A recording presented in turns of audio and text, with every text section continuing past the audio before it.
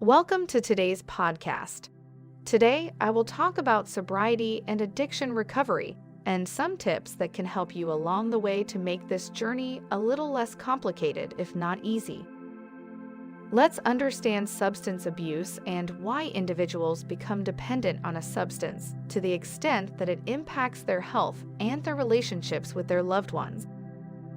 In most cases, you will find that the individual first took the substance alcohol, marijuana, cocaine, or any drug for that matter in their early teenage years.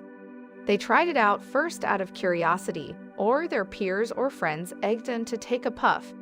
It can also be the case that a stressful event happened, due to which a child may resort to such means to escape or disconnect himself from his environment.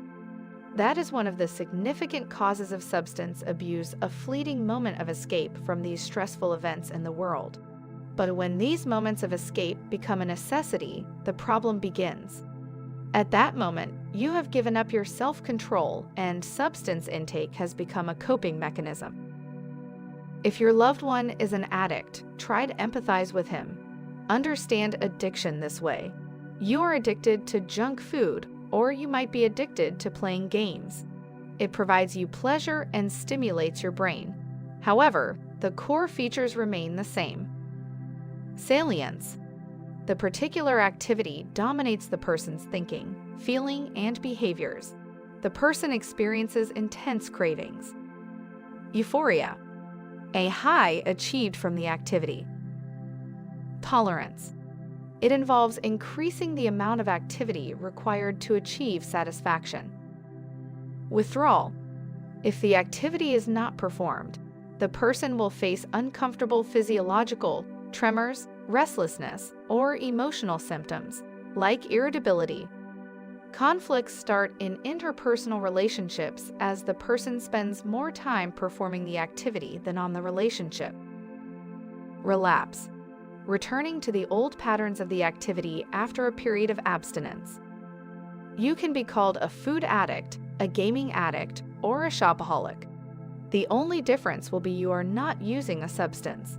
When you look at addiction from this perspective, it becomes easy to understand someone addicted to alcohol and other drugs. In addition, it becomes easy to understand that coming out of addiction is not easy. It's tough and requires a lot of willpower, motivation, and, most crucial, support from loved ones. How to stay sober. 1. But first, I'd like to congratulate anyone who has decided to overcome their addiction problem. It is a brave step as it requires a lot of willpower and mental strength to decide to quit. But one has to set realistic expectations. While detoxification is painful, we should know that the difficult path comes next, staying abstinent. Thus, it is vital to set realistic expectations for yourself.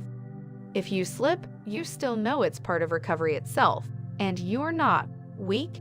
In the early stages of recovery and abstinence, you might become overly optimistic and feel it is easy to do. Understand that recovery is not a linear process. There will be good days and bad days that might trigger you to fall into old patterns. It will be frustrating, but it is a part of the process.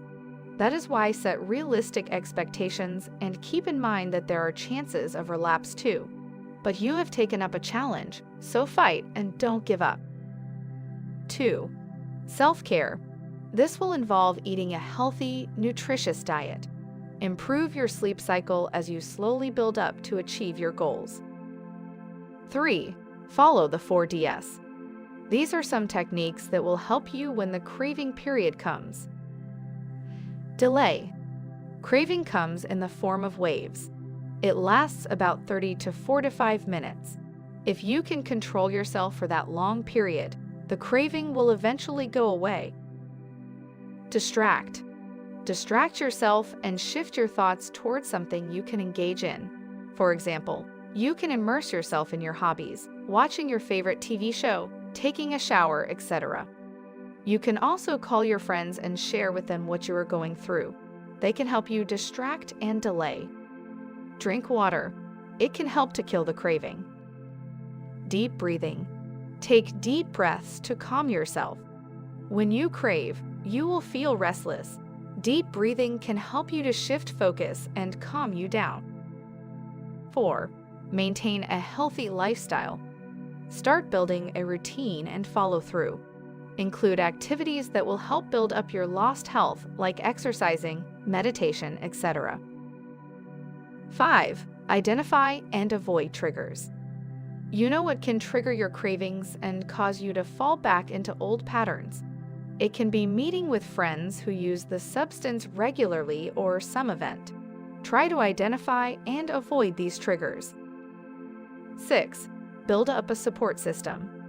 This can include your loved ones or even involve joining a community like AA, Alcohol Anonymous, with whom you can be vulnerable and share what happened with you and what is happening with you with all honesty, and who can help you or inspire you to continue your path of sobriety.